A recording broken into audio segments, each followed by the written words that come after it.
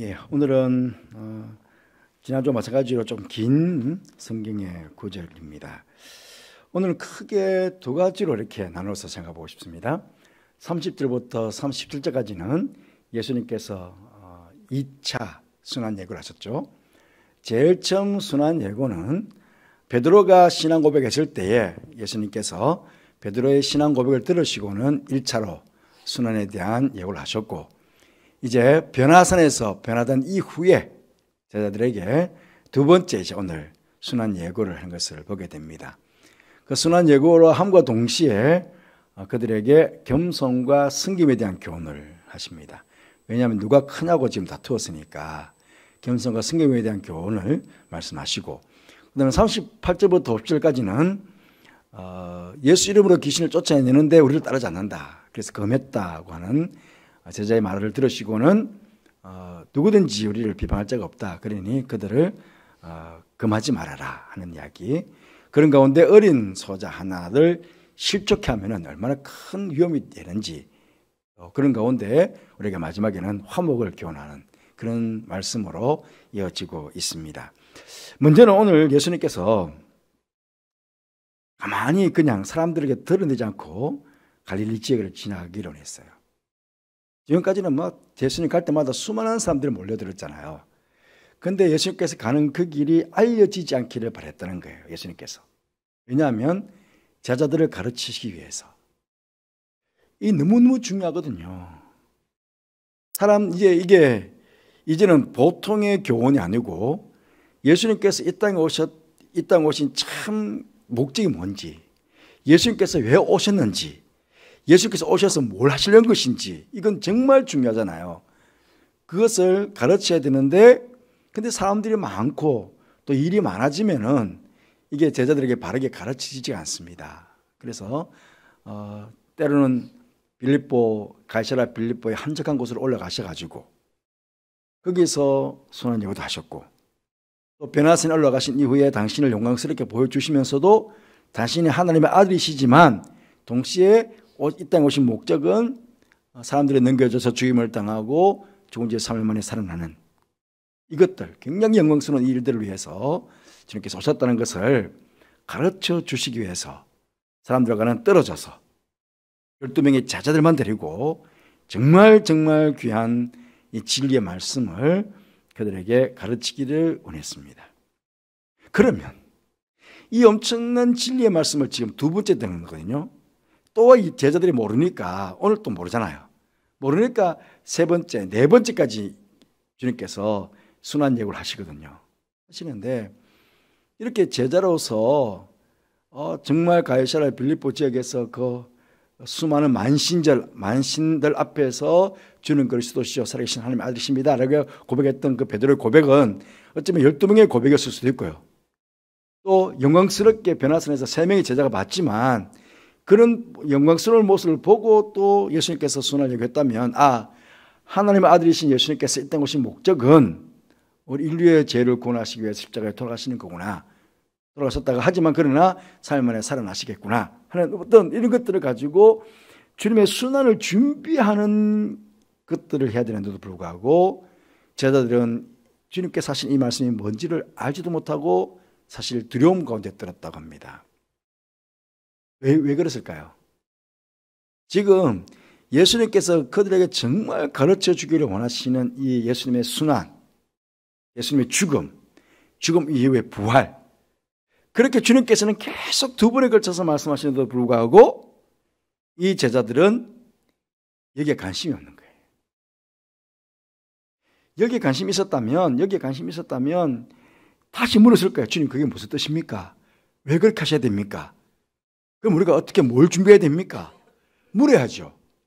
만약에 깨달아지지 못하면, 지금까지 보면 제자들이 예수님께서 행하셨던 일들이나 혹은 또 기적을 보면서 자기들이 몰랐을 때는 물었잖아요. 왜 금방도 그렇잖아요. 우리 앞쪽에 봤지만 귀신 들려가지고 벙어리 된 아이, 아버지가 와가지고 아이를 좀 살려달라고 그랬을 때 자기들은 못했는데 예수님께서 병을 고쳐줬습니다. 그때 자기들이 물었잖아요. 왜 우리는 안 됩니까, 주님? 그때 주님께서 기도 외에는 이런 경우가 나올 수 없다. 지금 마찬가지예요. 아니 도대체 주님께서 사람들 손에 넘겨져서 죽임 당한다는 게 도대체 뭡니까? 그 죽은 지 3일 만에 살아난다는 것도 무엇입니까? 당연히 물었어야죠. 이거 지금 한 번 말하는 게 아니고 지금 두 번째 말하는 거거든요. 그럼에도 불구하고 묻는 제자가 없어요. 왜냐하면 지금 그들의 관심은 다른 데가 있거든요. 콩밭에. 이게 이제 곧 뒤에 보면 이제 그게 나오게 되는데요. 뒤에 어떤 사건이 있습니까? 가버나움 들어갔는데 얘들아 너희들이 노중에서 토론한 내용이 뭐냐? 그래서 이렇게 물었습니다. 근데 잠잠한 거예요. 왜? 서로 누가 크냐고 쟁론했다. 싸웠다. 이겁니다. 왜 싸웠을까요? 아마 모르긴 해도 나 성경에 나와 있지 않지만 모르긴 해도 지금 이 싸운 애들이 변화산에서 제자들이 내려오고 나서부터 이제 이 싸움이 시작된 거잖아요. 그러면 아마 처음 이 쟁론의 시작은 세 제자. 베드로, 야고보, 요한. 예수님께서 분명히 변화산에서 본 이 내용을, 그 사건을 아무에게도 이르지 마라고 했거든요. 아무에게도 이르지 마라. 인자가 죽은 자 가운데서 살아날 때까지는 이 영광스러운 이 변화산에서의 이 엄청난 사건을 아무에게도 말하지 말라고 예수님께서 세 제자에게 신신당부를 했습니다. 그런데 아마 모르긴 해도 이게 입이 근질근질한 거예요. 그죠? 엄청난 기회를 받잖아요. 사실 예수님께서 막 천사처럼 변화되고, 그리고 또 모세하고 엘리야하고 같이 토론도 하시고, 마지막에는 하늘에서 음성이 나서 하나님께서 이는 내 사랑 아들이다. 너는 제 말을 들으라. 하나님의 음성도 듣고 했으니까 이거 아무나 체험해 볼 수 없는 거잖아요. 그러니까 아마 이 세 제자가 내려와가지고 9 제자를 무시했을 수 있어요. 예? 너희들은 이런 거 한번 경험도 못했지. 우리는 이 엄청난 걸 경험했다고. 그러면 분명히 예수님께서 왜 예수님께서는 죽음에 대한 것들을 왜 제자들이 계속 길을 막고 있느냐 하면요, 지금 이 제자들은 이미 지금 마음은 콩밭에 가 있는 거예요. 예수님께서 이제 영광스럽게 저 예루살렘 올라가면 분명히 로마 권력들을 다 몰아치고 이제 영광스러운 왕이 될 거다. 그때 이제 우리가 3명이 먼저 올라가서 이걸 봤으니까 아마 우리한테 먼저 좋은 자리를 아마 주님께서 주실 것이다. 그래 생각하지 않았을까요? 뭐 하나님께서도 막 말씀하시고 그랬으니까 그 영적 의미에 대해서는 막 생각도 안 하는 거예요.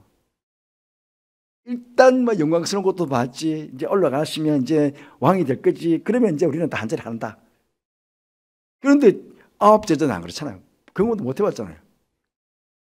그러니까 이게 자기들도 모르게 의시되면서, 이게 영적인 교만이에요. 우리가 신앙생활하면서 정말 조심해야 될 게 뭐냐면, 내가 은혜를 체험했어요. 은혜를 체험해서 이제 이걸 이제 간증을 해야 되잖아요. 이 간증을 해야 되는데 이 간증을요 정말 잘 해야 되지. 이 간증을 잘못하면 이게요 영적인 교만이 돼요.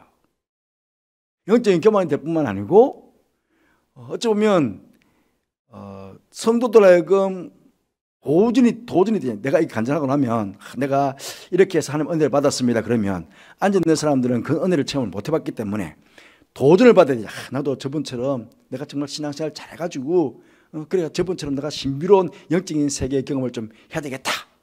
이렇게 도전을 받으면 좋은데 오랫동안 같이 신앙생활하다 보면요, 그런 도전보다는 시기심이 나올 수가 있어요. 12명의 제자들이 똑같이 제대로 부름을 받았어요. 똑같이 부름을 받았는데, 근데 이 세 제자가 자기들이 영적으로 좀 더 신비로운 것을 체험했다고 잘났다고 그러니 9 제자들은 그렇지 않아도 지금 밑에서 병든 귀신 들린 그 귀신도 못 쫓아냈으니 안 그래도 위축되어 있는데, 이 사람들은 뭐 예수님의 막 그 영적 엄청난 신비로움을 경험했으니까 이제 뭔가 조금 격이 생기는 거예요. 그런 가운데 이 사람들이 뭔가 시기심이 생기는 거예요. 그러면 간증 안 하면 못하죠. 간증을 통해 가지고 하나님의 은혜를 드러내고 하나님께 영광을 돌려드리고 또 믿음이 약한 사람들이 믿음이 더 굳건해지도록 이렇게 세워가는 이런 일들이 돼야 되는데 서로 다투는 게 되는 거죠. 이거는 오히려 하나님께서 정말 기뻐하지 않는 그런 모습 아니겠습니까? 신령한 일을 하면서 영적인 일을 하면서 영적인 이야기를 하고 교회 내에서 주님의 일들을 하면서도 이런 일들이 일어나는 거예요. 이게 이제 문제입니다. 그래서 우리가 늘 조심해야 하는 거죠. 그래서 주님께서 지려보면 이제 겸손과 성경에 대한 이야기를 할 수밖에 없어요. 예수님께서는 그야말로 섬기기 위해서 오셨어요. 예? 종으로 오셨어요.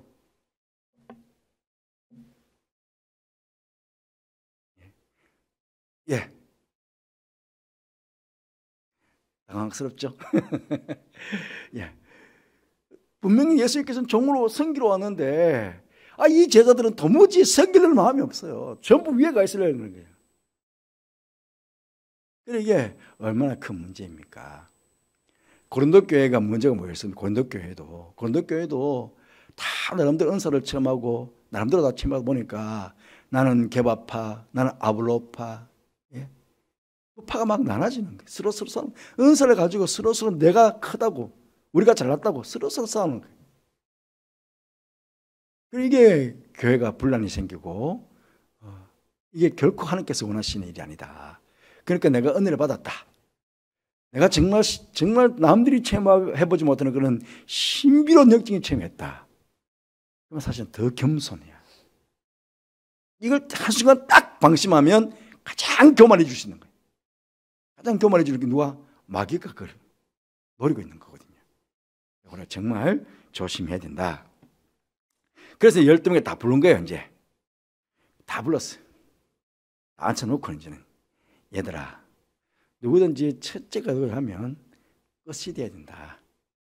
무엇 사람을 승리한 자가 돼야 된다. 알겠냐? 너희처럼 지금 싸워가지고 지금 다 1등이 되고 또 좀 그랬는데 다 지금 뭐 높은 자를 오겠다고 그러는데 이건 절대로 아니다. 그러면서 한 어린아이를 들고 오십니다. 여기 우리가 어린아이를 그럴 때 지금의 어린아이와 2000년 전의 어린아이는 개념이 다릅니다. 지금은 아이들이 착하고 순수하고 때묻지 않고 뭐 이런 일 할 수 있는데요. 그런데 2000년 전의 아이는 그런 뜻의 의미가 아니에요. 아예 여자와 아이는 숫자도 넣어주지 않았어요. 아이는 숫자도 넣어주지 않았어요. 그러니까 굉장히 무시하고 굉장히 천하게 여겼던 게 아이입니다. 지금은 우리가 너무 아이가 귀하잖아요. 집에 가면 우리 아이가 최고야. 전부 받들어 섬기듯이 우리가 지금 아이들 하고 있잖아요. 그런데 2000년의 아이들은 가장 밑이에요.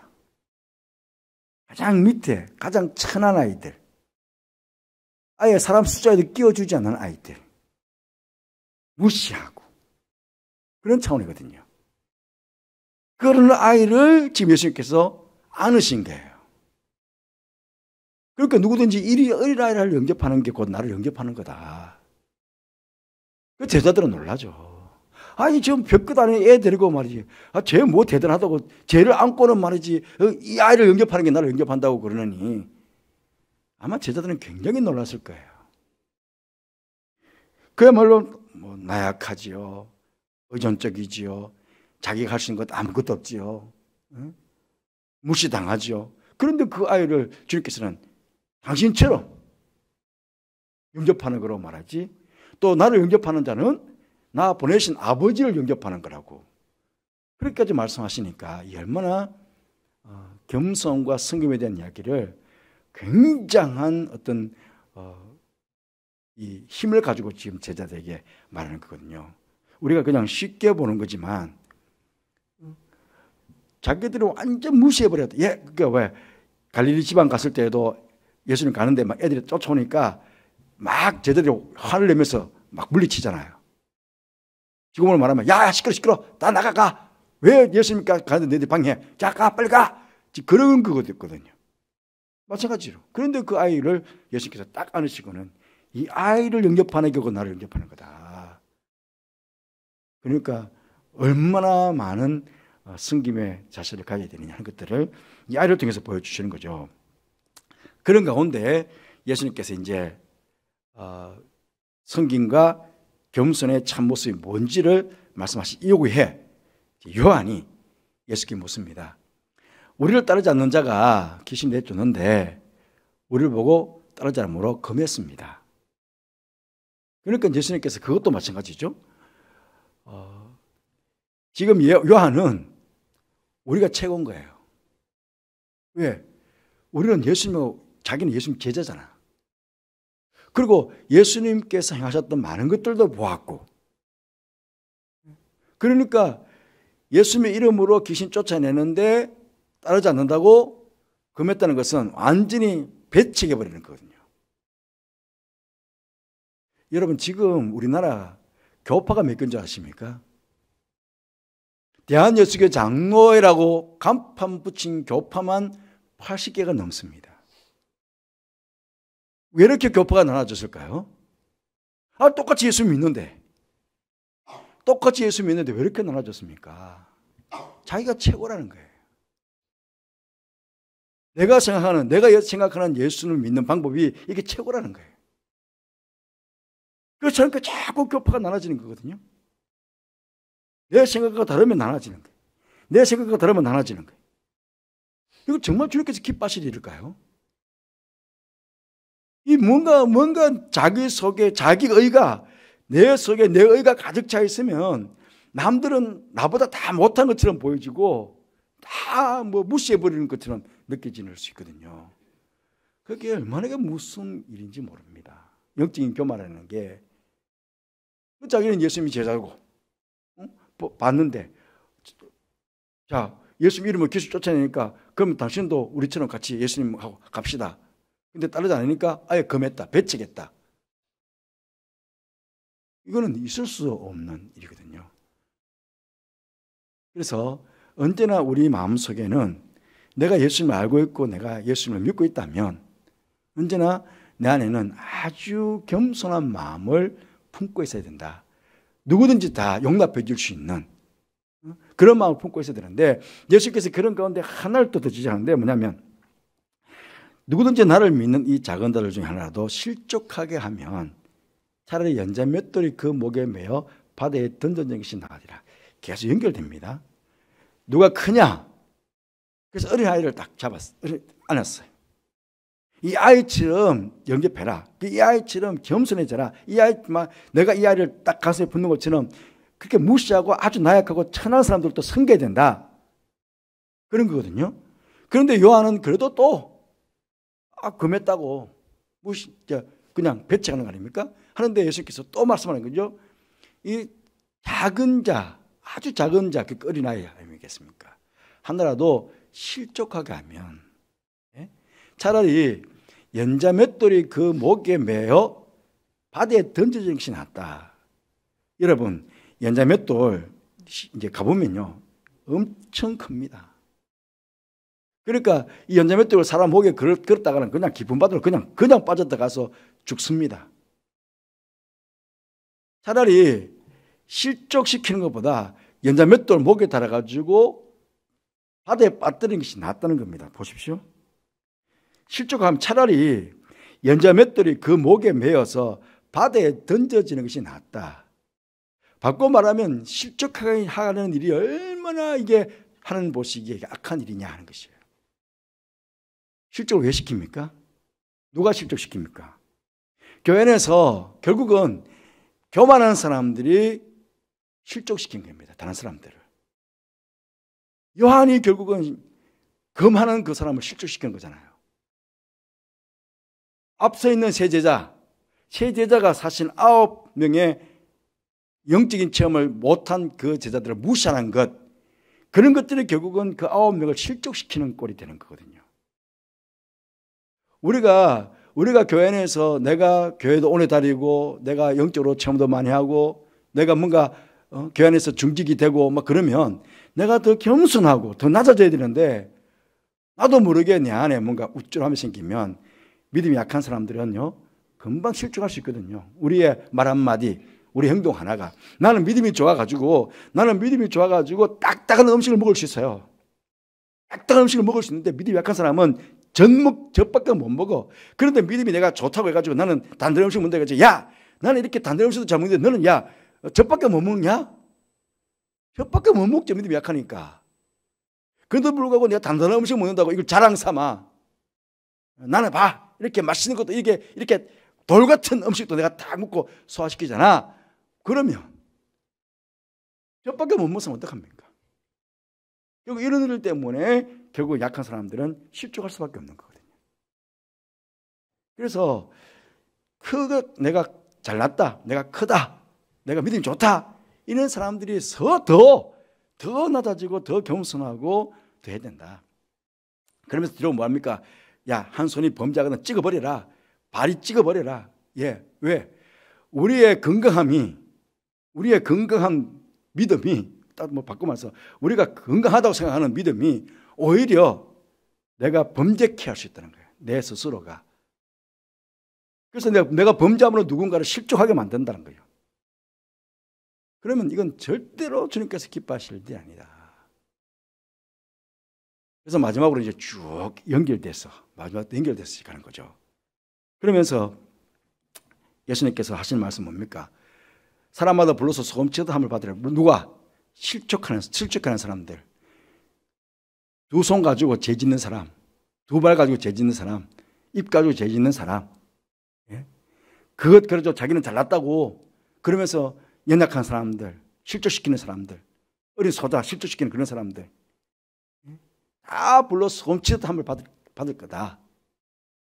그런데 너희는 정말 뭐 해야 되느냐? 소금을 두고 서로 화목하라. 그렇게 말합니다. 소금을 두고. 이 소금에 대한 의미는 많습니다. 그죠? 너희는 소금이다. 그 소금의 가장 중요한 것은 맛이죠.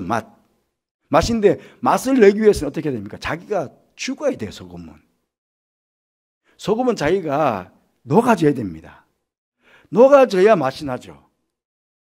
소금이 딸랑 있으면 절대로 이게 안 되잖아요. 소금이 녹아져야 맛이 납니다. 예. 내가 죽어줘야 돼요. 내가 먼저 희생해야 돼. 내가 낮아져야 돼. 그럴 때 화목이 이루어지는 겁니다. 지금 제자들은 서로가 자기가 잘났다고 지금 자기는 안 죽어. 오히려 다른 제자들을 죽이려고 그러잖아요. 다른 제자를 죽이고 나는 예수님께서 예루살렘으로 가시고 왕되면 나는 큰 자를 할 거야. 나는 이렇게 영적인 신비로움도 경험했고 영광스러움도 경험했고 내가 엄청난 하나님의 음성도 듣고 감히 너희들이 어떻게 나를 따라와. 그럼 나는 이만큼 해야 되니까 너희들은 저 뒤로 가. 그거거든요. 근데 그게 아니고 내가 죽어야 돼. 내가 낮아져야, 내가 정말 소금처럼 내가 죽어줘야 그래야 내 안에서부터 화목함이 이루어지는데 그럼 정말 살만 난다. 그잖아요. 교회 다닐만 맛이 난다. 이 교회는 사랑이 없어. 그게 아니고 참 사랑이 넘쳐. 장로님이나 권사님이나 모두가 너무너무 우리를 사랑해 주셔. 그런 이야기를 들어야 되는데 그 이야기는 어떤 말입니까? 내가 낮아지고 내가 희생하고 그럴 때 정말 교회 안에 맛이 난다 하는 그게 되겠죠. 또 하나는 아마 우리 어르신들 집에 소금을 오래 두고 있으면요 소금이 단단해집니다. 소금이 서로 간에 연합해가지고 단단해집니다. 그 이야기를 하더라고요. 소금을 두고 화목하라는 것은 결국은 교회는 뿔뿔이 흩어지면 안 되잖아요. 뭉쳐져야 되잖아요. 소금이 있으면 오래 두면 딱 뭉쳐지듯이 딱딱하게 하나가 되듯이 그렇게 교회 안에 누군가가 소금이 되면 우리가 서로 아름답게 잘 연합을 이루어요. 세상의 풍파가 아무리 몰아쳐도 세상에 어떤 핍박이 몰아치더라도 흔들림 없는 그런 연합, 하나됨. 그걸 이제 이루어가야 되거든요. 지금 제자들은 어찌 보면 뿔뿔이 지금 막 서로 싸우고 있으니까 뿔뿔이 지금 막 마음이 다 나눠지고 있잖아요. 나눠지고 있는데 예수님께서는 화목해라. 하나가 되라. 그 결국은 마지막에 요한복음 17장의 마지막 기도하실 때도 아버지가 내가 하나가 되듯이 저들도 하나가 되게 해달라고 예수께서 마지막에 기도하실 때도 그렇게 기도했지 않습니까? 왜 하나가 안 되느냐? 내가 잘났다는 거예요. 내가 잘났으면 남이 이게 정말 무시가 되거든요. 그래서 오늘 가장 심각하게 우리가 생각해야 될 것은 내가 기도도 많이 하고 내가 예배도 많이 드리고 내가 교회 안에서 봉사도 많이 하고 선교도 많이 하고 했다 하면 나도 모르게 영적인 교만이 생길 수 있는데 절대로 영적인 교만을 가져서는 교회 공동체 화목을 이룰 수 없다. 철저하게 낮아지자. 철저하게 섬기자. 철저하게 정말 화목하려면, 교회 화목을 이루려면 내가 정말 소금이 되자. 내가 죽자. 내가 죽어야, 내가 희생해야, 내가 녹아져야, 그래야 화목이 되거든요. 그래서 이거는 잊지 말고 하십시다. 그러면 이게 이제 결국은 우리가 주님께서 원하시는 게 뭐냐면 결국은 계속 반복하는 것이 자기 십자가를 지고 나를 따라오라는 거죠. 여자들은 십자가 없이 그냥 영광스럽게 가겠다는데 예수님께서는 십자가를 지고 나를 쫓아라는 거거든요. 이 전체 예수님의 말씀을 계속 이어가다 보면 결국은 우리가 하나로 딱 지배하게 됩니다. 예수께서 뭘 원하시느냐? 왜 사람들이 많은 걸 다 뿌리치고 그냥 몰래 12명의 제자를 데리고 왜 갇혔을까? 예수님의 고난에 대한 말씀도 중요하지만 결국은 뭡니까? 내가 고난받는 것처럼 너희들도 고난받는 주의 종이 되어라. 너희들도 십자가를 지는 그런 참 제자가 되어라. 그거 아닙니까? 십자가를 지는 참 제자가 되기 위해서는 결국은 이 땅에 섬기는 종으로 왔던 예수님의 모습을 본받아야 되거든요. 그러면 예수님의 십자가를 같이 지고 내가 죽고 예수로 사는 그런 참 제자의 삶을 살아가야 된다는 것을, 이게 진리라는 것을 깨달아지게 되는 거거든요. 예수님께서 그걸 지금 제자들에게 자꾸 가르치기를 하는데 제자들은 이 고난에 대한 부분들, 희생한다는 부분들, 섬겨야 된다는 부분들, 낮아져야 된다는 부분들을 자꾸 잊고 있는 거예요. 그러니까 예수님의 말씀이 귀 안 들어오죠. 예수 말씀이 귀 안 들어오고 자꾸 높은 것만 바라보고 세상적인 높은 것만 자꾸 찾아가니까 세속적인 것만 바라보니까 영적인 것들은 전혀 안중에도 안 들어오는 그런 삶을 살아가는 것입니다. 우리는 영적인 사람들입니다. 그래서 늘 십자가를 생각하고 주님께서 가셨던 그 길, 승김의 길, 나도 그 길을 가고 교회 안에서도 마찬가지 내가 오래 신앙생활을 하고 내가 영적으로 많은 것들을 경험했다면 내가 더 낮아져서 더 경도들을 섬기고 내가 희생하고 내가 죽어져서 교회 화목을 이루어가야 되겠다라고 다시 한번 결단하는 그런 여러분들이 되시기를 바랍니다. 주님의 참 뜻을 깨닫고 십자가를 지고 주님을 따라가는 참 제자가 되기 위해서 기도하십시다. 주님의 마음을 품고 누구든지 섬기는 종으로서 주님의 참 제자가 되게 해주시기를 기도하십시다. 주님의 마음은 섬김의 종이었습니다. 철저하게 화목하라는 주님의 명령에 순종하여 언제 어디서든 화목하는 직분을 다 받았습니다. 그러니까 화목하는 자가 되기 위해서 우리 함께 기도하십시다.